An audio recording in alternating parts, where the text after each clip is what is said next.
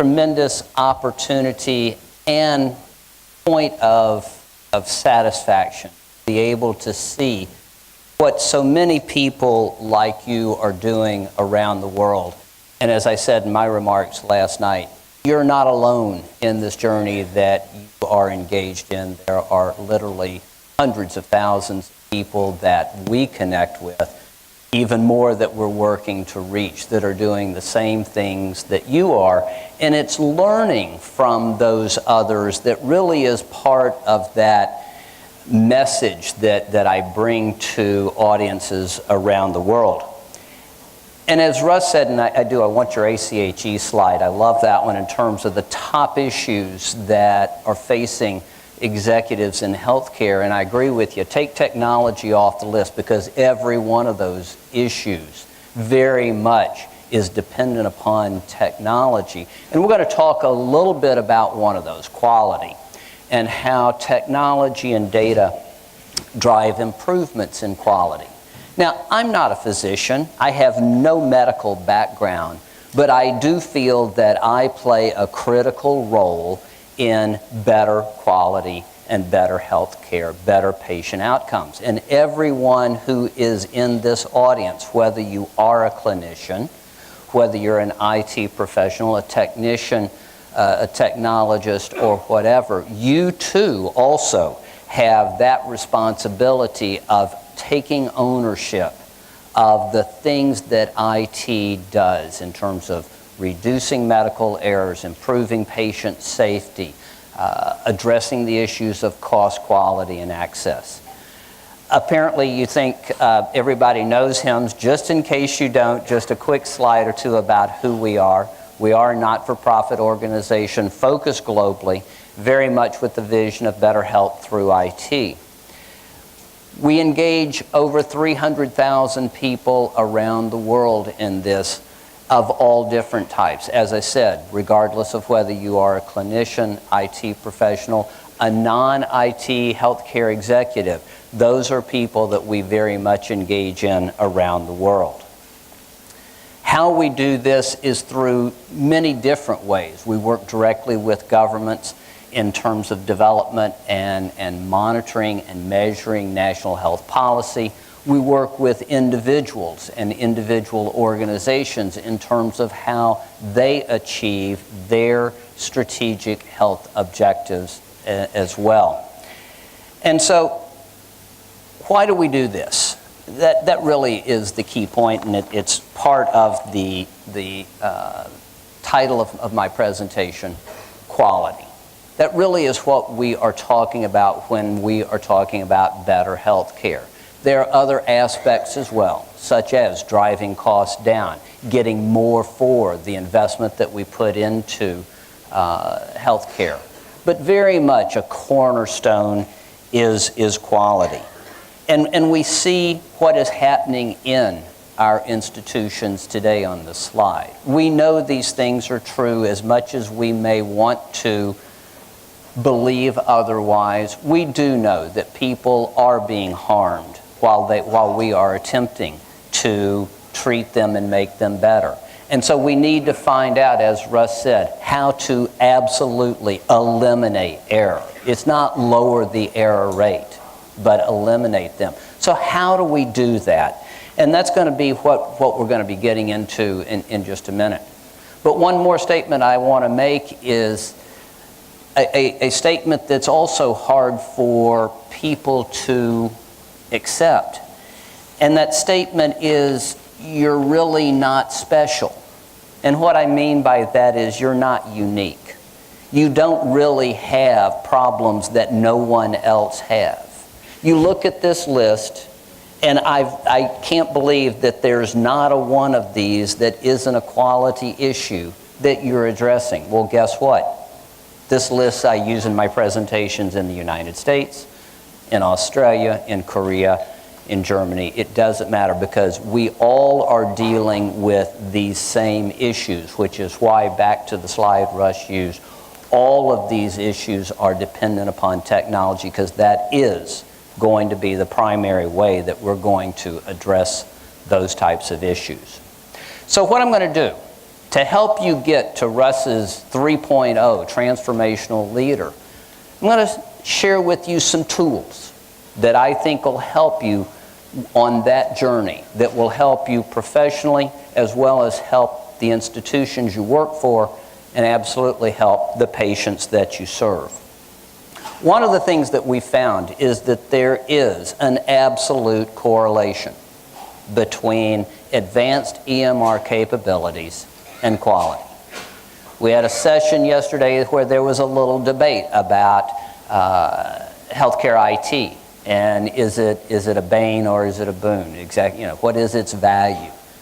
My belief and the belief that my organization stands for is IT is absolutely necessary for us to achieve those high levels of quality, and if you follow along certain paths, you will get there. The data are irrefutable in how technology will achieve these outcomes. What we've developed is a global model. It is the model that has been developed with input from professionals such as yourselves from all over the world. So it is not a model that only works in or is drawn upon one set of experiences in one part of the world, but very much a global model. And no, there's not going to be a stage 8, 9, or 10. What we're going to do is we're going to move the net on you periodically, and it's going to get harder and harder to score that goal as we change the model. As the world evolves, our world evolves, technology evolves, the tools that and resources that we use become more sophisticated, our expectations will get higher, and we will move that objective of the highest levels of adoption and therefore quality will be harder and harder to achieve that highest designation as we develop. The model does, and I'm going to identify here, we've got I think about 6 hospitals in India who are at stage 6. But the real value of the model that I'm going to share with you here in a minute is not, are you at that highest level or not? Yes, that's an objective, that's a goal. But getting there is so important because you can waste a lot of resources wandering a path, straying off the path, making some U-turns, doing some other things, and wasting resources getting to an objective where we have found, while not an absolute blueprint, it is a pathway that will get you and your institutions and the patients you serve to a better place. This is the model, and I think maybe on the center screen it's big enough where you can see basically what it's made up of. And it's made up of a series of significant or major IT applications, each of which are meant to achieve certain objectives. At the lower levels, your stage 1 and 2, is really about data capture. It's the ability to achieve the beginnings of a repository of data that serves as a foundation for the stages that will follow. We get into 3, 4, and 5, and here we're talking about clinical tools, clinical decision support. Starting to use that data in making decisions. And then you get to 6 and 7, where you are starting to achieve those very highest levels of not only capture and decision support, but moving into analytics. You have complete clinical decision support systems. Very important in terms of having closed-loop medication administration, because research shows the place where you are most likely to make errors is in medication administration. That is where the highest volume of medical error exists. Those are very important pieces to bring in before you get to stage 7, which is a completely digital hospital. All of the information is flowing into a central record. It is accessible by the right practitioner at the right time about the right patient. It has the ability to start to share that information, which I'll touch on a little bit later in the next model.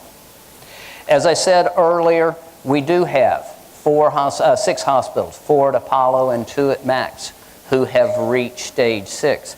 I'm not going to say these are the only 6 in India. These are just the only 6 that have reached out to us and said, come to our institution and tell us how we're doing. I think there are probably more in the country who are at this stage, and there are many of you who are at 4 and 5, who are at that threshold of going to the next level. And that's what I say about the importance of the model is it's not for you to go away and work on this in the absence of leveraging knowledge from around the world about how to get to the next place. Let us talk with you about doing the gap analysis and doing the planning, helping you do the planning to move up so that you can join this group of hospitals. Because it really is important to focus on the journey as well as the outcome. As I said, there is correlation in our minds about advanced EMR adoption and outcomes. This one's from Health Grades about the relationship between EMR capabilities and better adjusted mortality rates. Leapfrog in terms of their hospital safety grade. These are American examples. We've done research in other parts of the world. Again, very clear correlation between the stage models and the leapfrog measures. And then around profitability as measured, and this is where we do find uniqueness depending upon how your health system operates and how your reimbursement systems operate.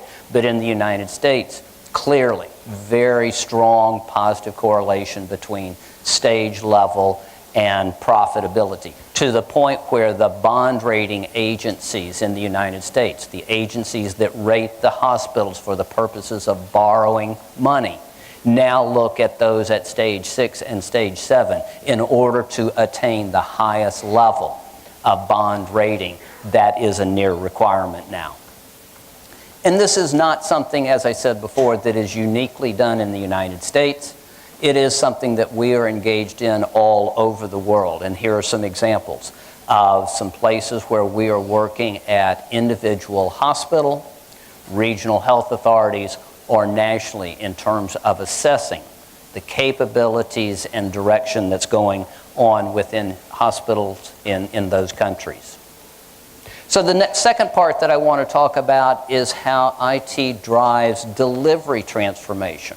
So we were talking about in the first model a measure of IT adoption and maturity in a single institution.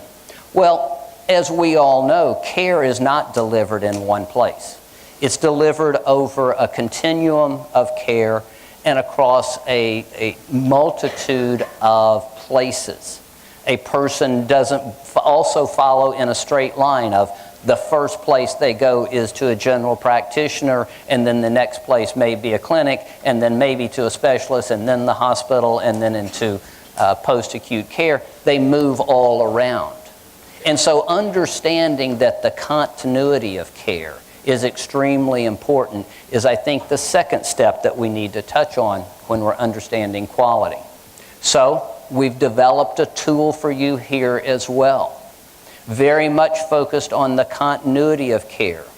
And again, it's much like the design of MRAM, that you have to first build some basic capabilities, develop them and use them internally, and then start to build your capability, because we're talking about continuity, the ability to move that data externally to the final optimization of that, where you truly have multi-vendor, which is very important in parts of the world where you have literally hundreds of vendors that are operating in a single hospital or system.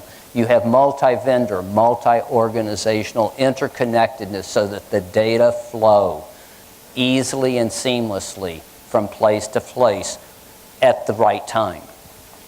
So again, I've run quickly over the key aspects of it. The model is designed very similarly around MRAM.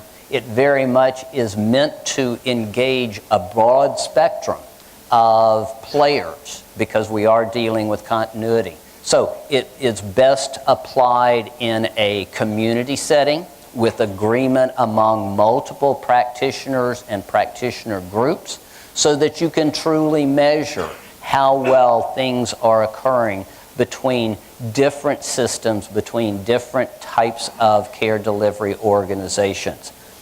In both of these cases, the execution of scoring of these tools is really a very basic and simple assessment tool and study.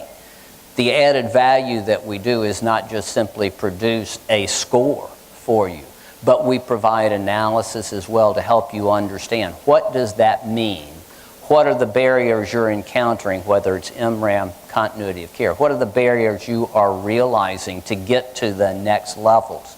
And the idea is for you to factor these results into your internal planning about where you're trying to go and the strategic objectives that you're trying to achieve. And then the third model is where we all hopefully are headed, and that's the use of analytics and going beyond these basic systems. Analytics operates on a curve just as most anything else does, which goes from basic to advanced. We all start out in an area of descriptive analytics. We're describing something. What we ultimately want to get to is predictive analytics. I can anticipate what's going to happen by virtue of analyzing things that have gone on before in the way of in healthcare, in the way of similar cases. With genomics, we are now able to sequence not only the person but also the disease. By matching those things together and finding similar cases where those same factors, those same basic designs exist, we're able through analytics to determine what the best course of action is, and we know which ones are more likely to drive the outcomes we're expecting. So again, we've got a tool for you. We've developed a model. And it very much, as with all of the models, provides a roadmap, helps you convey a vision about what you're trying to achieve. Here's the description of the analytics maturity adoption model. It, again, very much is designed around the concepts of before. It brings in aspects such as governance, data governance. It very much also, as the others have, includes aspects around infrastructure. It builds in, because we know this is early stage for most organizations, it builds in the ability to map competency growth, because we know on this particular model there probably are very, very few, if any, at the top stages of this. This is starting to get where Russ talked about. Everybody's performing very, very well on a lot of those areas on his list. Very few are at that point. Again, the model is very straightforward for you to follow. The assessment is a very straightforward one, and it will find where you are on this model and identify for you where those places are for you to begin to focus in a logical sequence of steps in order to achieve a higher level of analytics maturity.